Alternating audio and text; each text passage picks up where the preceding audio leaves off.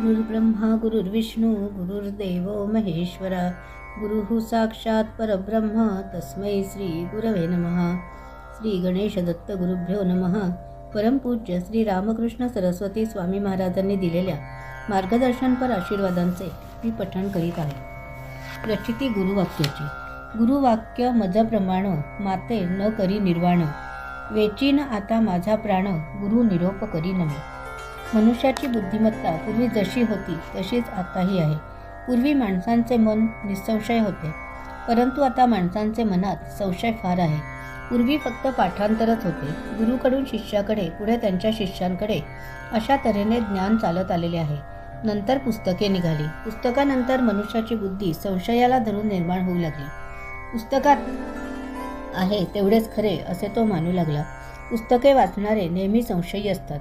हे असे आहे तर ते तसे का नाही असा त्यांचा कायम तर्क चाललेला असतो।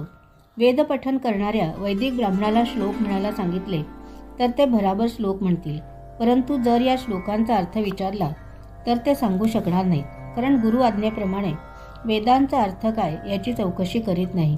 गुरूंनी सांगितले की फक्त वेदपठण करा, म्हणजे फक्त पठण करा, अर्थाच्या भानगडीत पडू नका। वेद अपौरुषेयी आहेत, हे आता सिद्ध झालेलेच आहे। वेदांचा अर्थ समजण्याच्या भानगडीत पडू नये, फक्त पाठांतरच करावे ही खरी शास्त्राज्ञा आहे। या शास्त्राप्रमाणेच गुरु शिष्याला ज्ञान देत असतात। वेदांचे उच्चार झाल्यानंतर जी कंपने निर्माण होतील त्यामुळे बुद्धीचे कप्पे उघडून बुद्धीची तेजस्विता वाढते, असा खरा यामागचा हेतू आहे।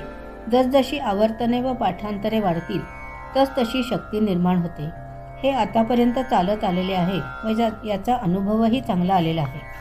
हल्ली हा अनुभव का येत नाही, कारण मनात संशय जास्त निर्माण झालेले आहेत। वेदमंत्र निसंशय मनाने शुद्ध आचरण ठेवणाऱ्या वैदिकांनी उच्चारले तर आत्मविश्वास वाढतो, धैर्य वाढते, बुद्धीची प्रगल्भता वाढते।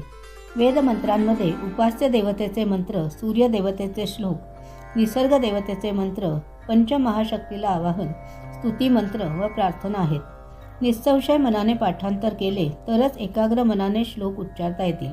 गुरुवाक्य प्रमाण म्हणजे गुरुवाक्यावर 100% विश्वास होय। या वाक्यावर पुन्हा तर्क नको।